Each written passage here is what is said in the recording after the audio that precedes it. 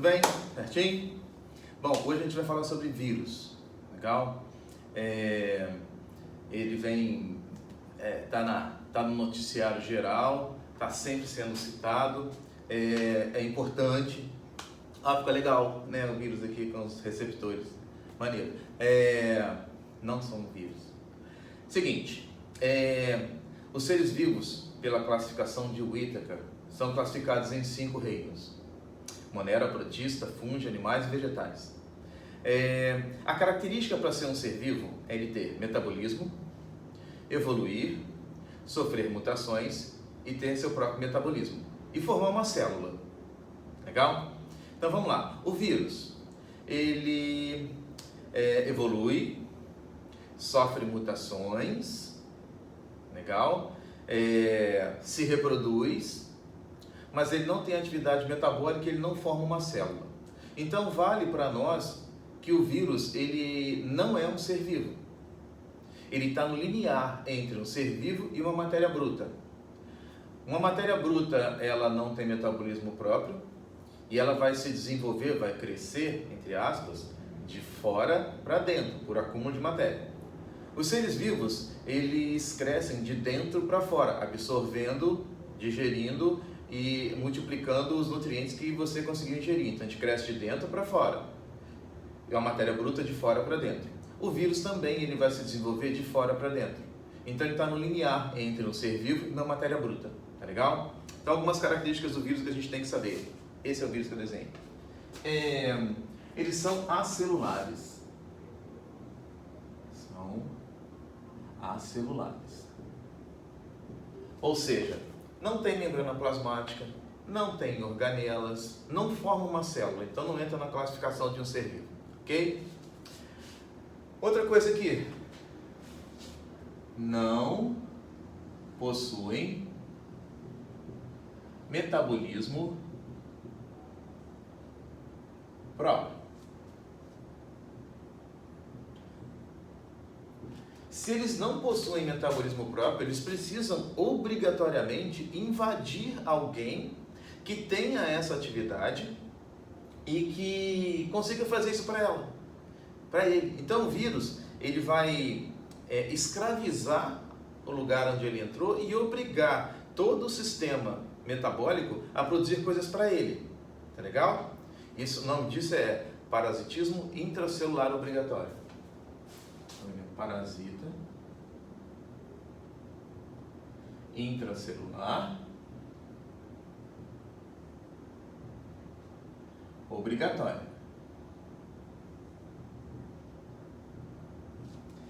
E na grande maioria, específicos.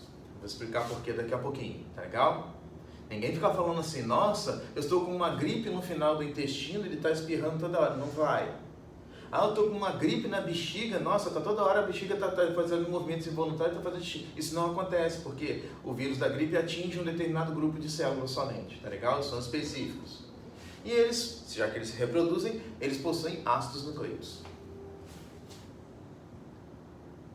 Possuem ácidos nucleicos. Ok? Aqui cabe uma informação importante, vale para nós no vestibular. Os dois ácidos nucleicos que a gente conhece, DNA e RNA. Então vamos colocar aqui, ó, DNA e RNA. Vale para nós no vestibular o seguinte: o vírus possui DNA ou RNA, não DNA e RNA, DNA ou RNA. Então tá aqui, ó, ou. Isso aqui é importante. Você só vai considerar o vírus com DNA e RNA se anunciada a questão de série. O citomegalovírus, por exemplo, ele tem DNA e ele tem RNA, mas isso não é citado normalmente. Então você só vai considerar isso quando vier anunciada a questão. Se não tiver nada, DNA ou RNA, ok? Fechado? Bom, a gente pega agora uma estrutura básica do vírus. Alguns vírus têm isso tudo aqui, outros não têm, tá legal?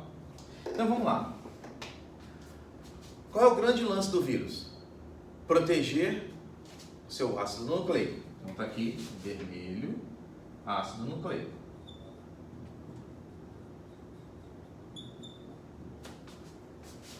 Quem vai proteger esse ácido nucleico, DNA ou RNA, vai ser essa parte que está em preto aqui, chamada de capsídeo. É a parte proteica.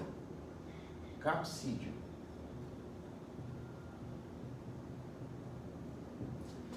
A função dele é, basicamente, proteger o ácido nucleico. Proteger de quem? Dos anticorpos. Isso, a gente vai levar em consideração o seguinte. Por que é tão difícil controlar uma doença viral? Pelo seguinte, como ele é um parasita intracelular obrigatório, quando ele está dentro da célula, não tem como o anticorpo atacar. O anticorpo tem que esperar ele sair daquela célula, cair no líquido corpóreo, ou sangue, ou linfa, ou tecido conjuntivo, enfim, tem que esperar cair nesse lugar para depois ele atacar. Porque quando o vírus entra numa célula, o anticorpo fica do lado de fora. Só que é o seguinte, esse vírus, ele não se replica dentro de uma célula por bipartição ou cisparidade igual a bactéria. A bactéria é assim, entra um vai para 2, 2 vai para 4, 4 vai para 8, 16, 32 e assim por diante. Ele não, o crescimento dele é exponencial. Vou chutar números, tá legal? Entra um vírus, saem 5 bilhões de vírus. Então é um crescimento muito rápido dentro da célula. Então quando aquela célula arrebenta e o vírus vai atacar outras células, ao invés de sair um vírus, ele sai em 5 bilhões. Então fica muito difícil para o sistema imunológico acompanhar esse processo, tá legal? Bom, então vamos lá. Ele é um parasita intracelular obrigatório. Esse capsídeo, que é a parte proteica, que é determinado por genes aqui no ácido nucleico, tá legal? Ele que vai formar esse capsídeo. Ele vai formar com auxílio do ribossomo da célula hospedeira. Legal. Tem algumas enzimas, vou colocar a enzima aqui de uma vez, né? Enzimas. Depois a gente fala dela. E essa célula, quando ela sai, esse vírus, quando ele sai da célula hospedeira, alguns levam consigo um pedaço da membrana plasmática. Esse pedaço da membrana plasmática, está aqui, é chamado de envelope. O envelope, então, ele é lipoproteico, que ele vai sair e vai levar um monte de coisa. Bom, na parte externa desse envelope, nos vírus envelopados, porque tem vírus que não é envelopado, esses receptores aqui, eles ficam grudados no capsídeo, tá legal? Então, esse aqui que está em azul, vou colocar aqui, ó, ele é um receptor. Esse que está em verde também é um receptor. Qual a função desse receptor? Ele vai atingir células-alvo. Ele vai dentro do corpo. Isso aqui são receptores químicos. Toda célula que tiver o receptor de membrana plasmática que se encaixe nesse receptor, essa vai ser a célula parasitada.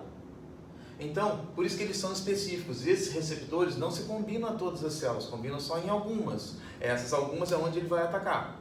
Entendeu? A mesma coisa acontece com o Covid-19, a mesma coisa acontece com o vírus da AIDS. Eles atingem células específicas.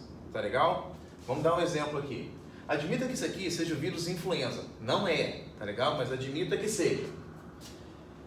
Esse receptor aqui tem um nome.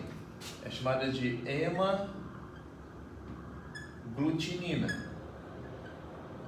Ok? Eu vou dar um nome para esse azul aqui.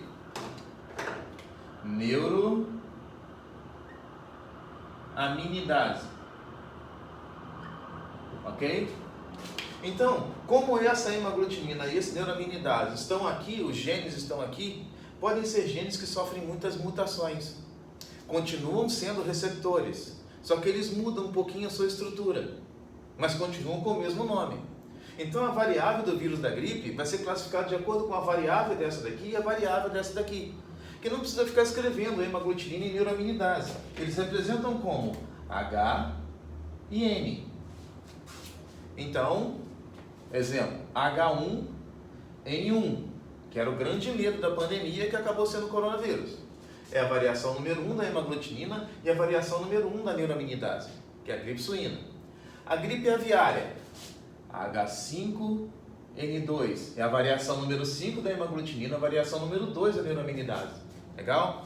Então são variáveis, por isso que é H e N, tá ligado sempre aos receptores do vírus da influenza ou vírus da gripe, certinho? Bom, então, essas estruturas aqui são básicas para o vírus. Existem tipos de capsídeos diferentes, formatos diferentes, eles invadem células diferentes, eles podem sofrer mutações, e numa mutação dessa ele pode atingir um outro grupamento de células em outros seres vivos, e agora o vírus começa a se disseminar de animais para humanos, de humanos para animais e assim por diante. Tá legal? Chato? Bom, a importância desse vírus. Muita gente só cita doenças. Então, vamos colocar aqui, doenças. Você tem que saber pelo menos 10 doenças provocadas por vírus. E não confundir com doenças provocadas por bactérias. Então você vai aí na sua casa, pega uma folhinha, eu preciso lembrar de pelo menos 15. Aí você lembra de 10 e tá beleza. Tá legal? Então os vírus hoje estão associados muito a doenças. E esses vírus, eles, segundo a história, eles surgem a partir de fragmentos de ácidos nucleicos que sem querer se juntaram. E tem um filme que fala justamente sobre isso. O nome do filme é Eu, Robô. Quem quiser assistir, ele diz o seguinte: combinações aleatórias geram protocolos diferentes.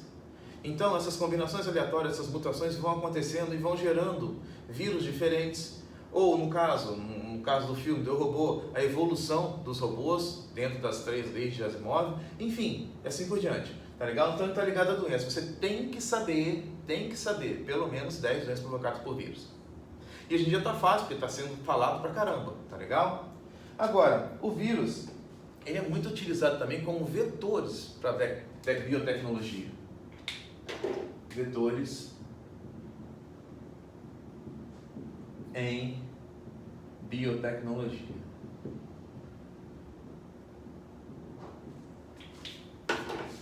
Parte de transgenia, eu vou modificar geneticamente um vírus, vou colocar o gene de interesse, faço um bombardeamento desse vírus em sementes. Dentro de uma semente tem um embrião. Quando o embrião, quando o vírus atinge o embrião, ele incorpora o seu ácido nucleico no ácido nucleico do embrião, passa a se manifestar e passa a sintetizar a proteína que o cara quer. Então agora passa a ser uma semente modificada, onde o gene foi inserido a partir de um vírus. Ou seja, são vetores em biotecnologia também. Tá legal?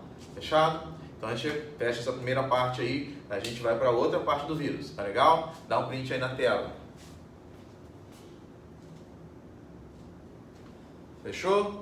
Tranquilo? Daqui a pouco a gente volta. Valeu!